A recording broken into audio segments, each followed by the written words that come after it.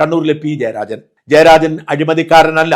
എന്നാൽ ജയരാജൻ പാർട്ടിക്ക് വേണ്ടി കൊലക്കത്തിയെടുക്കാൻ മടിയുള്ളയാളല്ല. കൊലക്കത്തിയെടുക്കുന്നവരെ സഹായിക്കുന്ന ആളാണ്. പാർട്ടിയാണ് ജയരാജന്റെ രക്തം. അതിനപ്പുറത്തേക്ക് ജയരാജന് വേറൊന്നുമില്ല. അതുകൊണ്ടാണ് ജയരാജൻ ഇന്ന് ഇത്രയും ഗതികെട്ടൊരവസ്ഥയിലേക്ക് തള്ളി നീക്കപ്പെട്ടത്. CPM-ന്റെ പുതിയ സംസ്ഥാന കമ്മിറ്റി വന്നു, സംസ്ഥാന സെക്രട്ടേറിയറ്റ് വന്നു. പക്ഷെ ജയരാജൻ ആ സെക്രട്ടേറിയറ്റിൽ ഇടം പിടിച്ചിട്ടില്ല. 17-അംഗ സെക്രട്ടേറിയറ്റിൽ 5 പേർ കണ്ണൂരുകാരാണ്. പാർട്ടി സംസ്ഥാന സെക്രട്ടറി MV ഗോവിന്ദൻ, മുഖ്യമന്ത്രി പിണറായി വിജയൻ, മുതിർന്ന നേതാവും കേന്ദ്ര കമ്മിറ്റി അംഗവുമായ EP Jayarajan, Shailaja teacher, MV Jayarajan. ഈ 5 പേർ കണ്ണൂരുകാരാണ്. ഇവിടെയാണ് ജയരാജൻ എന്ന നേതാവ് അനുഭവിക്കുന്ന ധാർമ്മിക പ്രതിസന്ധി. പാർട്ടിയുടെ സീനിയോറിറ്റി പരിശോധിച്ചാൽ പിണറായിക്കും ഗോവിന്ദൻ മാഷിനും EP ജയരാജനും തൊട്ട് താഴെയാണ് പി ജയരാജൻ. പണ്ടേ സംസ്ഥാന സെക്രട്ടേറിയറ്റിൽ എത്തപ്പെടേണ്ടയാൾ. എന്നാൽ MV ജയരാജൻ പാർട്ടി സംസ്ഥാന സെക്രട്ടേറിയറ്റിൽ എത്തിയിട്ടും പി ജയരാജൻ എത്തിയിട്ടില്ല. എന്ന് മാത്രമല്ല, പി ജയരാജന് ഇനി ഒരിക്കലും സംസ്ഥാന സെക്രട്ടേറിയറ്റിൽ എത്താൻ കഴിയില്ല. അടുത്ത പാർട്ടി സമ്മേളനം നടക്കുമ്പോൾ ജയരാജൻ 75 വയസ്സ് കഴിയും. 75 വയസ്സ് കഴിഞ്ഞ് പിണറായി ഒഴികെ